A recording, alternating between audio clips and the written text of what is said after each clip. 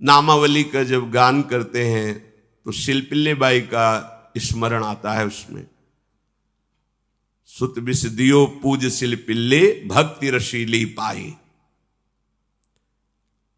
देखो कितना विश्वास होता है भक्त को, कैसा वो श्रद्धावान होता है।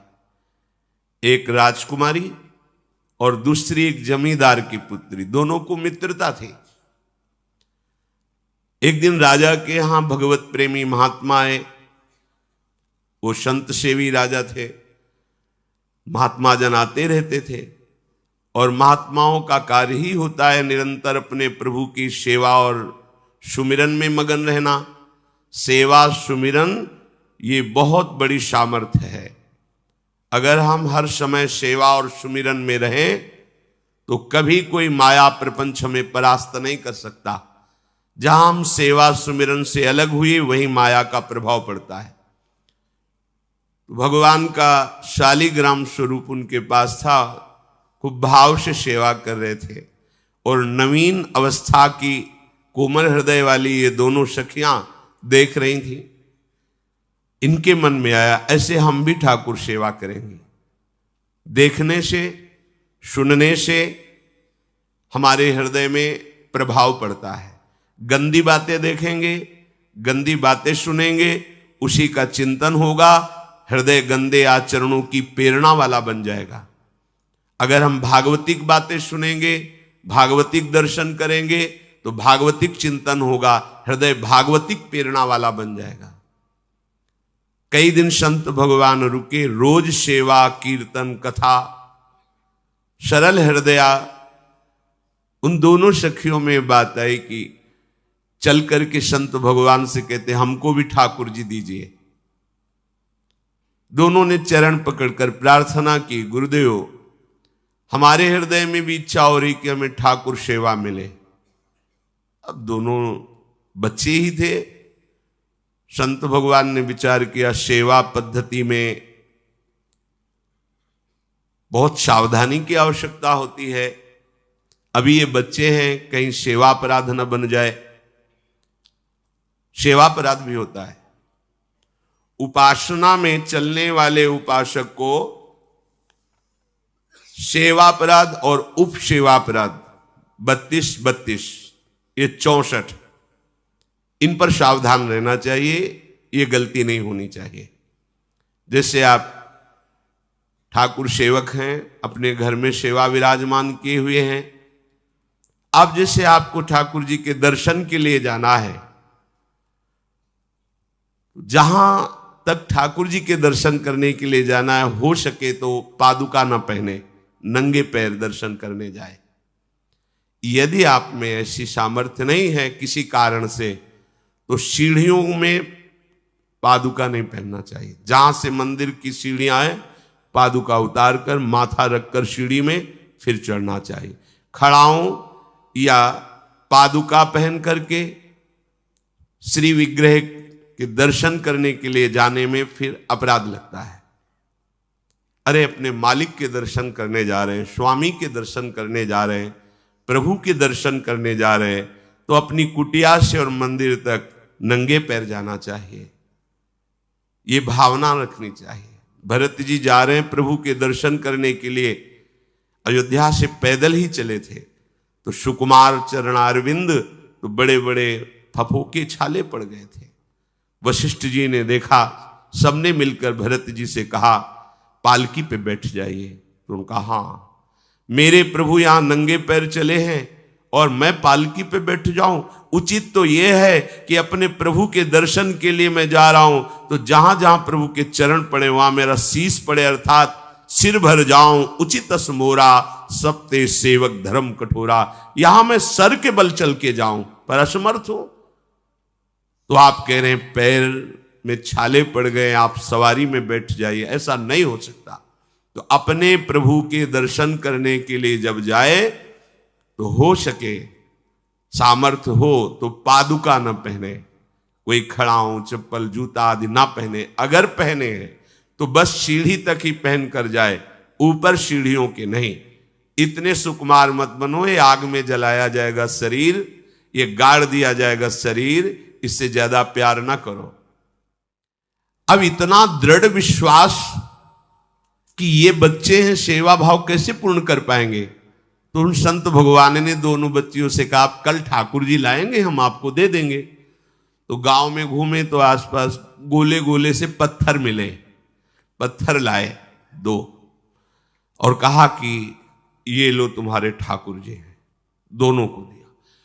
देखो गुरु वचनों पर और गुरु प्रदत्त सेवा वस्तु पर कितना भाव होना चाहिए।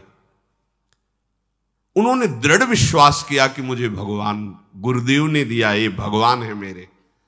दोनों ने अपने हृदय से लगाया। अब एक जमींदार की पुत्री थी, एक राजकुमारी, स्वर्ण के सिंहासन में, और उनका नाम रखा सिलपिल्ले ठाकुर। सिल मतलब पत्थर, तो उनका तुम्हारे ठाकुर का नाम सिलपिल्ले गोविंद है। दोनों सिंहासन पर रखकर आराधना करती, भाव प्रतिपल बढ़ता गया, नाम निरंतर जप। गुरु प्रदत्त ठाकुर पर विशेष चमत्कार हृदय में प्रकट होता है यदि उन्हीं की नियमावली से चलो। अपने मन से बाजार से खरीद लाए, विराजमान किए हैं, कभी सेवा की कभी नहीं की, वो भी अच्छा है, कम से कम भागवतिक भाव तो है। लेकिन सिद्धि जो प्राप्त होती है वो गुरु कृपा से, गुरु प्रदत्त ठाकुर से। जैसे धन्ना जी को भांग के बट्टे में ठाकुर जी प्रकाशित हो गए, गुरु प्रदत्त। अब ये सखियां जब बड़ी हुई तो इनके ब्याह की बात हुई। तो जो राजकुमारी थी उनका राजकुमार से किसी से ब्याह तय हुआ, ब्याह हो गया। अपने माता पिता से जब विदाई ली तो अपने ठाकुर जी को जो सिंहासन में थे, सिंहासन से एक सुंदर पेटी में से और गोद में रखकर, और अंदर ही अंदर जल रही है कि प्रभु मैंने प्रीतम आपको माना है, संसार के व्यवहार में ये प्रीतम बना हुआ है, पर प्रभु हमारे प्रीतम 2 नहीं हो सकते, हमने हृदय से आपको माना। इसी विचार में वो बड़ी उदास है। पहले पालकियों में ऐसा राज सैनिक चल रहे हैं, पालकियों में वो बहू जा रही है और राजकुमार घोड़े पर। राजकुमार बार बार पालकी के समीप जाता, दर्शन करने की इच्छा होती है ना, तो उदास देखता, मन में बड़ी गिलानी हुई। उसने कहा, एक नदी थी, उसने कहा यहां हम थोड़ी देर विश्राम करना चाहते हैं, राजकुमारी की पालकी रखी जाए और सैनिक दूर खड़े हो। तो राजकुमार वैसे ही आज्ञा हुई। तो बात करना चाहते हैं पर वो ना देखती है और ना बात करती है, और इतना सुंदर रूप, क्योंकि ब्रह्मचारिणी और भगवत आराधना। अब उसके हृदय में जलन हुई कि ऐसा क्या है जो हमसे बात नहीं कर रही। बस बार बार ऐसे पिटारी खोल के ऐसे ठाकुर जी को देखती। नाम जप और सेवा के प्रभाव से वो सिल नहीं रह गया था, वहां उसको सांवरे श्याम सुंदर की झांकी मिलती थी। जब अपने शिलपिल्ले ठाकुर जी को देखती तो ललित त्रिभंगी श्री लालजू महाराज श्याम सुंदर दिखाए, अत्यंत आसक्ति। गुरु प्रदत्त किसी भी शब्द में, किसी भी वस्तु में दिव्यता होती है, बस हमारी भावना होनी चाहिए। अरे बोले ये हम नहीं दे सकते, ये गुरु प्रदत्त है, नहीं हम प्राण दे सकते हैं, लेकिन ये नहीं। जिसका गुरु वचन पर, गुरु प्रदत्त वस्तु पर, गुरु प्रदत्त ठाकुर पर दृढ़ निष्ठा हो गई, वही सिद्ध हो जाता है। अब उसने समझ लिया कि पिटारी में जो कुछ है यही हमारे और राजकुमारी के बीच में बाधा है। 2-4 दासियों को बुलाया और कहा इनको बातों में उलझाओ, पिटारी पीछे हमें दो। और प्रवीण दासियां उनको विनोद भाषा में, हंसी मजाक में बात, लेकिन वो उदासीन। धीरे से गोद में पेटी थी, ले ली, हम लिए हुए हैं, आप बातचीत में सारा, और पेटी उनको दे दी। राजकुमार ने राजकुमारी से कहा यही पेटी तो हमारे आपके बीच में बात, फेंक दी नदी में। अब तो जो उसके हृदय में पीड़ा हुई, भारी व्याकुलता। अब राजकुमार सैनिकों के साथ तुरंत पालकी उठवाई, मैं ले गया। पर वो आसक्त है, इतनी सुंदर राजकुमारी, क्योंकि भागवतिक तेज से संपन्न में आकर्षण होता है। राजकुमारी ने कहा, यदि हमारे ठाकुर नहीं तो मैं नहीं। आज से अन्न जल त्याग, प्राण त्याग दूंगी अगर हमारे ठाकुर जी हमारे समीप नहीं तो। आज से अब एक बूंद पा कैसे पिए? अपने ठाकुर को भोग लगा के पाला है और ठाकुर जी फेंक दिए गए। भारी व्याकुलता, जैसे मीरा जी कहते, दृश्य बिन दुख न लागे नैन, न रात में नींद है न दिन में अन्न जल है, व्याकुलता। अब भयभीत हो गया राजकुमार।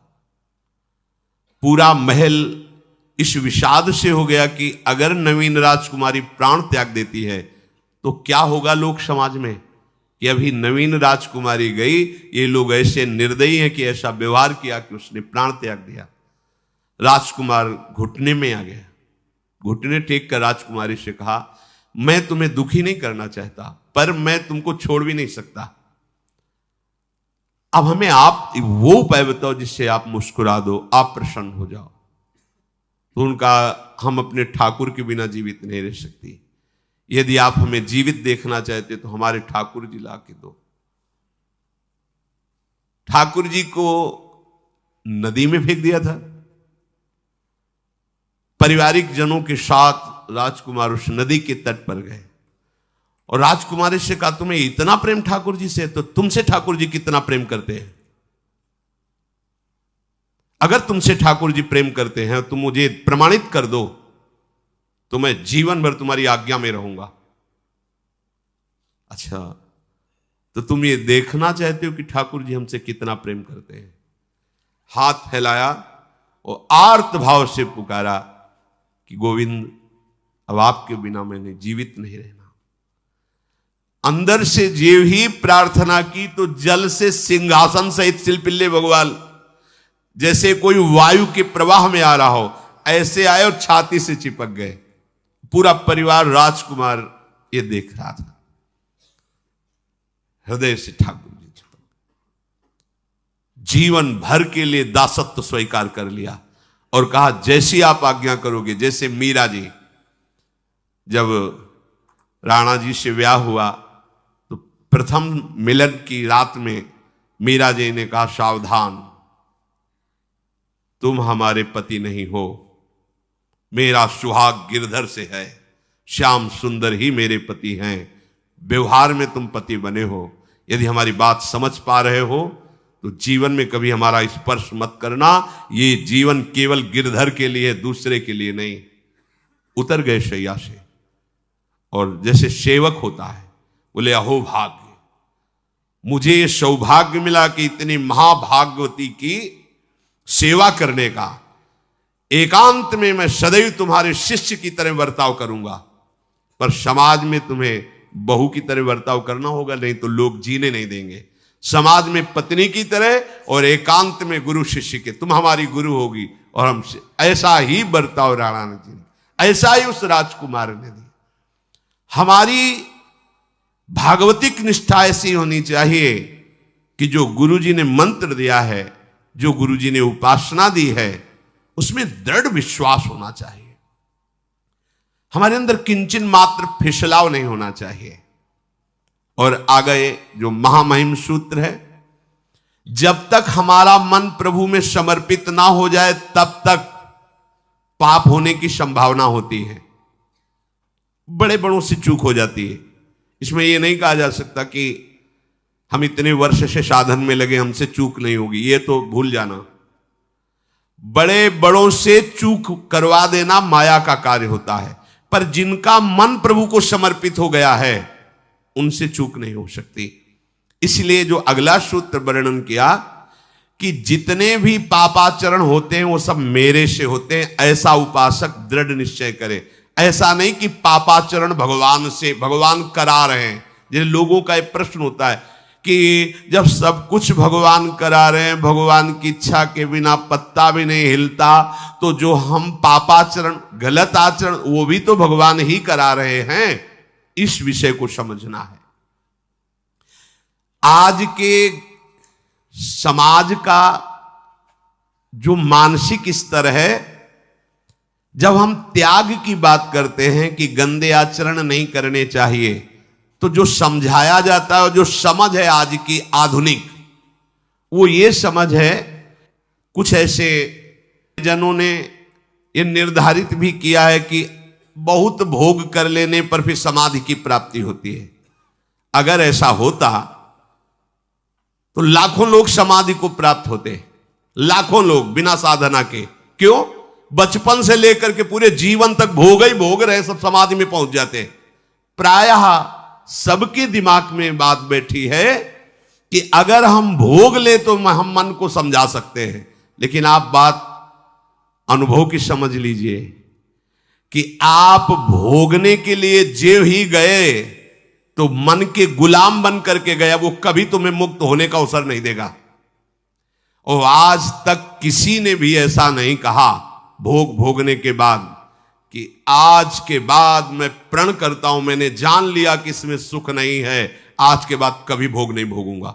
कभी किसी ने नहीं कहा। सबको इस दलदल में गिरने के बाद सदगुरु या भगवान ने ही निकाला है, स्वयं आज तक कोई निकल नहीं पाया, कोई नहीं निकल पाया। ये ऐसा दलदल है। पर लोगों की भ्रांति रहती है कि ये जो मेरा मन जिन भोगों के लिए लालायित हो रहा है, उन भोगों को खूब भोगूं, फिर बाद में अनुभव जब हो जाएगा तब हम इनका त्याग करके फिर भजन मार्ग में चलेंगे। जो भजन मार्ग में चलते हैं उनके मन में भी लगा रहता है कि अगर एक बार भोग लूं तो मन को समझा तो सकता हूं। यह है आधुनिक सोच, यह है हमारे मानसिक सोच का स्तर। सब लोग देख लीजिए। अब भागवतिक सोच और शास्त्र सिद्धांत का जो मत है वो ये है, ये डंके की चोट से गाया गया है और इसी मार्ग में चल करके समाधि को प्राप्त हुए महापुरुष। एक भी कोई ऐसा समाधिस्थ महापुरुष बता दिया जाए विश्व में जिसने भोगों के भोगने के बाद समाधि को प्राप्त हुआ हो। जैसे हम भोजन कर लेते हैं तो लगता है अब कुछ नहीं, लेकिन 6 घंटे व्यतीत होते होते पर्चा बन जाएगा कि ये चीज फिर चाहिए खाने को। ऐसे ही कोई भोग भोगने के बाद कुछ क्षण के लिए उससे विरति हो जाती है, ठीक है, लेकिन फिर कुछ मिनट होने के बाद फिर नई स्फुरना, नया संकल्प, नई क्रिया, नई भोग वासना सब हृदय में देख लो। इसके लिए किसी और से सलाह लेने की जरूरत नहीं। इसलिए ये जो संतों का मत है, शास्त्र का मत है कि भोगों के भोगने से भोग वासना दृढ़ होती है, कामना बढ़ती है, ना कि शांति मिलती है। लेकिन आधुनिकता में भोगों को भोगने से शांति मिलती है, ऐसी धारणा बनी हुई है और ये गलत है। और ये इतनी गलत हो जाती है कि हम हत्या करने लगते हैं, हिंसा करने लगते हैं, पूज्य जनों के साथ दुर्व्यवहार करने लगते हैं। आज तक भोगों में इति नहीं हुई। देवयानी जी भगवान शुक्राचार्य जी की पुत्री हैं। वो इतनी सुंदर हैं कि कोई अप्सरा भी उनसे होड़ नहीं कर सकती, क्योंकि भगवान शुक्राचार्य की पुत्री जितेंद्री, पवित्र, भगवद आराधन संपन्न। बड़ा प्रसंग है, उसको ना लेते हुए हम सारांश में बता रहे। वृषपर्वा की पुत्री शर्मिष्ठा, ये असुर राजकुमारी है। दैत्यराज वृषपर्वा, उनकी पुत्री शर्मिष्ठा, और दैत्य गुरु भगवान शुक्राचार्य, उनकी पुत्री देवयानी बड़े समाज के साथ जंगल में गई हुई थी। एक बड़ा दिव्य सरोवर था, तुलसी में सब राजकुमारियां स्नान कर रही थी। अचानक वहां से कोई महात्मा निकले तो जल्दी में सबने वस्त्र धारण किए। तो शर्मिष्ठा के वस्त्र देवयानी ने और देवयानी के वस्त्र शर्मिष्ठा, वो महात्मा निकल गए। वहां कोई उनको टिकना तो था नहीं। देवयानी ने देखा कि मेरे पवित्र वस्त्र, देवयानी ने वस्त्र धारण नहीं किया शर्मिष्ठा के। जो महात्मा चले तो देखा कि हमारे वस्त्र ये राजपुत्री शर्मिष्ठा धारण किए। तो उनका, तुझे पता है मेरे वस्त्रों को स्पर्श करने का भी तेरे को अधिकार नहीं, तूने धारण कैसे कर लिया? तो उनका, ज्यादा मत बोल, इतना गुमान करके मत बोल। जैसे सब सेवक पलते हैं मेरे महाराज से, ऐसे तेरा पिता और तू भी मेरे महाराज के द्वारा ही पोषित है, क्योंकि वो तो राजा है, सारी सेवाएं वही देते हैं। ऐसा नहीं बोलना चाहिए, क्योंकि गुरु पुत्री है, आचार्य पुत्री है और सम्माननीय है, पर ऐसा वो बोल गई शर्मिष्ठा। देवयानी ने कहा, तुझे पता है अगर मेरे पिता की दृष्टि बदल जाए तो 2 मिनट में देवता तेरे पिता सहित संपूर्ण राज्य को नष्ट कर देंगे। मेरे पिताजी के भय से ही देवता आक्रमण नहीं कर। शुक्राचार्य मंत्रवेत्ता है। ज्यादा बात बढ़ गई तो राजकुमारी का शासन चलता है। उसने कहा इस गुरुपुत्री को उठाकर कुएं में डाल दिया जाए, और उस समय वस्त्र धारण नहीं की हुई थी, उनको उसी स्थिति में डाल दिया गया और वो चली गई। उसी समय शिकार खेलने के लिए महाराज ययाति चक्रवर्ती सम्राट तो आवाज सुनी। सैनिकों ने बताया कि कोई देवपुत्री है, दिव्य तेज प्रकाशित हो रहा है उनके शरीर से, और दूर से देखा है ऐसा लग रहा है कि शायद वो वस्त्रहीन भी हैं। उन्होंने कहा तुम लोग दूर जाओ, और स्वयं महाराज ययाति गए और उनको, तो जब हाथ पकड़ के निकाला और अपने वस्त्र से उनको आवेष्टित किया, तो उन्होंने कहा कि हमारी आर्य मर्यादा है, एक बार आपने हमारे शरीर को देख लिया और हमारे हाथ को पकड़ लिया, अब आप हमारे जीवन भर के लिए पति स्वरूप हैं, स्वीकार कीजिए। तो उन्होंने कहा कि देवपुत्री, मैं तो आपका परिचय भी नहीं जानता हूं, आप कौन हैं? तो उन्होंने कहा भगवान शुक्राचार्य की पुत्री देवयानी। घुटने पे हो गए तत्काल। उन्होंने कहा इतने बड़े महापुरुष की पुत्री के साथ मैं ब्याह कर सकूं, मेरी सामर्थ्य नहीं, क्योंकि मैं क्षत्रिय कुल में प्रकट हुआ राज परिवार से हूं, और वो तो देवताओं के द्वारा भी वंदनीय है शुक्राचार्य जी। तो उनका आप निश्चिंत रहो, ये विषय मैं संभालूंगी, पर आप मेरे पति हैं, ये स्वीकार कीजिए। बोले यदि शुक्राचार्य जी इस पर राजी हैं तो हम ये बात स्वीकार करते हैं। शुक्राचार्य जी विलंब होने के कारण व्याकुल ही थे। देवयानी जी ययाति जी को लेके गई, बड़ा प्रसंग है, पर उन्होंने कहा जब आप राजी हैं तो हम राजी हैं। शुक्राचार्य जी राजी हुए और वृषपर्वा को सूचना दिया कि मैं तुम्हारे राज्य को त्याग कर जा रहा हूं। वो तो तत्काल आकर चरणों में गिरे, महाराज आपके बिना मेरा अस्तित्व क्या है, आप कैसे राजी हो सकते हो? बोले मेरी पुत्री को दिगंबर करके कुएं में डाल दिया गया, मैं इस अपराध से बिल्कुल तुम्हें माफ नहीं कर सकता। बोले कोई उपाय? तो बोले देवयानी बोले। तो देवयानी ने कहा तुम्हारी पुत्री हमारी दासी होकर चले तो मैं तुम्हें क्षमा कर दूंगी। बोले बिल्कुल ठीक, तथास्तु। पूरे राज्य की रक्षा के लिए राजकुमारी शर्मिष्ठा को देवयानी की दासी भाव में अब महाराज ययाति के महल पे पहुंचे। देवयानी ने कहा कि ये जो दासी भाव में आई हुई हैं ये सर्वांग सुंदरी हैं, और आपका कभी मन उधर चलना भी नहीं चाहिए, अगर चलेगा तो आप हमारे दंड के पात्र बन जाएंगे। स्वीकार कर लिया और बहुत दूर उनके लिए महल का निर्माण करवाया और वो सेवा में आती है। कुछ समय के बाद जब देवयानी जी के पुत्र हुए तो वन विहार के लिए अपने पुत्रों को लेकर चली, तो उधर शर्मिष्ठा के 2 पुत्र हो चुके थे, इनको पता भी नहीं था, और वो दौड़ कर आए, ययाति को पिताश्री कह करके आलिंगन किया, छोटे छोटे बच्चे।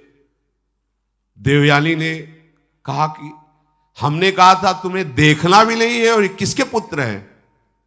शर्मिष्ठा मुस्कुरा रही थी। देवयानी ने कहा अब तुम्हें दंड देंगी ही देंगी, और चली गई भगवान शुक्राचार्य जी के पास। ययाति भयभीत होकर के गए और शुक्राचार्य से प्रार्थना करे क्षमा कीजिए मुझसे गलती हो गई। और शर्मिष्ठा से ऐसे नहीं मिले। शर्मिष्ठा ने कहा था कि आप जानते हैं कि मैं दासी नहीं हूं, मैं राजकुमारी हूं, ईर्ष्यावश दासी बना करके लाई गई हूं, और मेरी सखी के पति हो इसलिए आप मेरे भी पति हो, मेरा अधिकार है आपसे संतान उत्पन्न करने का, शास्त्रीय सिद्धांत है। शुक्राचार्य जी ने कहा कि जो देवयानी कहेंगी वही हम मानेंगे, क्योंकि मेरी पुत्री है। क्या चाहती हो? तो बोले पुरुषत्व से इनको हीन कर दो। गुस्सा में आके शुक्राचार्य जी ने कहा तथास्तु। उसी समय महाराज ययाति पुरुषत्व से हीन हो गए और वृद्धावस्था छा गई शरीर में। अब ययाति ने कहा अब सुखी रहोगे तुम। तब देवयानी को भी होश आया कि ये तो क्या हमने अपना ही सर्वनाश कर लिया। कहा पिताजी अब इसका सुधार कैसे होगा? तो बोले जो पुत्र अपनी यौवन अवस्था दे देगा वही यौवन अवस्था इनके ऊपर आ जाएगी, वृद्धावस्था उसके पास चली जाएगी। महाराज ययाति ने अपने बड़े पुत्र यदु जी से कहा, तो उन्होंने कहा इसका प्रयोग कहां होगा? मां के साथ कदापि नहीं। मेरी यौवन अवस्था का प्रयोग मेरी मां के साथ कदापि नहीं, क्योंकि वो बड़े ज्ञानी महात्मा, इन्हीं के वंश में भगवान श्री कृष्ण का प्रादुर्भाव हुआ, इसलिए यदुवंशी कहे गए। सबसे छोटे, शायद उनका नाम पुरु ऐसा कुछ, उन्होंने कहा यह जीवन पिता का दिया हुआ है, इस पर पूरा अधिकार है, आप स्वीकार कीजिए। तत्काल वो वृद्ध हो गए, वो जवान हो गए। कई हजार वर्ष तक उन्होंने अपने पुत्र की आयु का विषयों में सेवन किया। फिर उनके मन में एक दिन बहुत घृणा हुई, धिक्कार है मेरे जीवन को और धिक्कार है इस भोगा शक्ति को। अपनी आयु तो गंवा ही दी, अपने पुत्र की भी आयु गंवा दी, फिर भी वैसे ही भोग वासना। तो उन्होंने सबको शिक्षा देने के लिए बात कही, यत् पृथिव्यां व्रीहि यवं हिरण्यं पशवः स्त्रियः न दुह्यन्ति मनः प्रीतिं पुंसः कामः तस्य ते न जातु कामः कामानाम् उपभोगेन साम्यति हविषा कृष्णवर्तमेव भूय एवाभिवर्धते यदा न कुरुते भावं सर्वभूतेष्वमङ्गलं समदृष्टेस्तदा पुंसः सर्वा सुखमया दिशा या दुस्त्यजा दुर्मति भीर्जीर्यतो या न जीर्यते ताम तृष्णा दुःख निवहाम शर्म कामो द्रुतम त्यजेत। जिसका हृदय काम से व्याकुल हो गया है उसको त्रिभुवन की सारी सुंदरी स्त्रियां दे दी जाएं, जौ धान स्वर्ण पशु सब वैभव, तो भी वो कभी तृप्त नहीं हो सकता। ये महाराज ययाति का अनुभव। त्रिभुवन की विषय भोग भोगने से भोग वासना शांत नहीं होती, वरम और प्रबल हो जाती है। जैसे घी की आहुति डालने पर आग भड़क उठती है, वैसे ही भोगों को भोगते ही रहने पर भोग वासनाएं प्रबल रूप धारण कर लेती और वो इतना कमजोर हो जाता है कि सोचता है मैं इसके बिना जी नहीं सकता। जब मनुष्य किसी भी प्राणी से राग कर बैठता है तो उसके हृदय की सामर्थ्य नष्ट हो जाती है। किसी भी, देखो ना, छोटे छोटे नशाओं में इतना हम आसक्त हो जाते हैं, अब हम इसके बिना जी नहीं सकते। किसी भी वस्तु का जब हम भोग करते, इसके बिना जी नहीं सकते। इसलिए सबको संदेश महाराज ययाति देते हैं, यदि तुम अपनी कामना को शांत करने वाले, रोकने वाले बन गए तो दसों दिशाएं तुम्हारे लिए सुखमयी हो जाएंगी। विषयी पुरुष को तृष्णा रात दिन जलाती रहती है, बहुत भोग भोगने पर भी वो कभी शांति या तृप्ति प्राप्त नहीं कर पाता। इसलिए जब हम भगवत मार्ग में चलते हैं तो ये तृष्णा और कामना ये डाइन की तरह हमारे हृदय में लगी रहती है। तृष्णा, भोगे हुए भोग को बार बार भोगने की इच्छा, कामना, सुने हुए देखे हुए भोगों को भोगने की इच्छा। तो उपासक जब तक अपने मन को प्रभु में नहीं दे पाता तब तक मन ये धोखा दे देता है। इसलिए बहुत सावधान रहना चाहिए।